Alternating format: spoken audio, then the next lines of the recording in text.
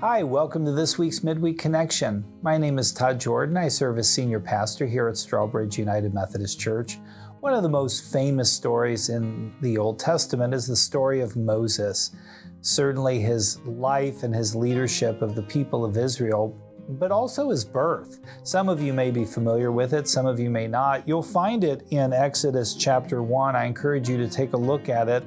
But at the time, the people of Israel are in Egypt. They're being oppressed, they're being enslaved, and the Egyptians are becoming ruthless, making their lives bitter with hard service and slavery.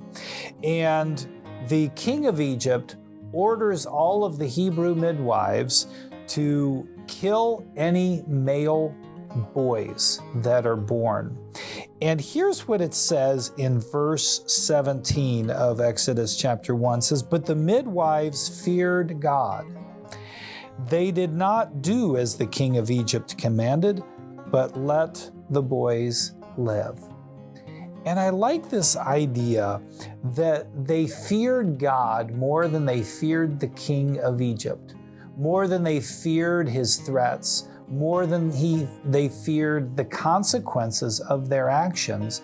And I like this idea, again, not so much fear that we're afraid God will do something mean to us, but rather that we take God more seriously, that we're more in awe of God, that we're more respectful of God than we fear anything else in this world, that we're more concerned about what God thinks about us than what anyone else thinks about us, whether it's friends, whether it's voices on social media, whether it's peers, whomever. And I want to challenge you to reflect on how important are the voices or the opinions of others? How important are the values and the ways of this world versus how important it is for you to know that you belong to God, that God loves you, and that God thinks that you are so worthy that He Himself would come to be born among us, walk among us, and then die for you in order that you might have life. That you're that important to God. Does that make God more important to you?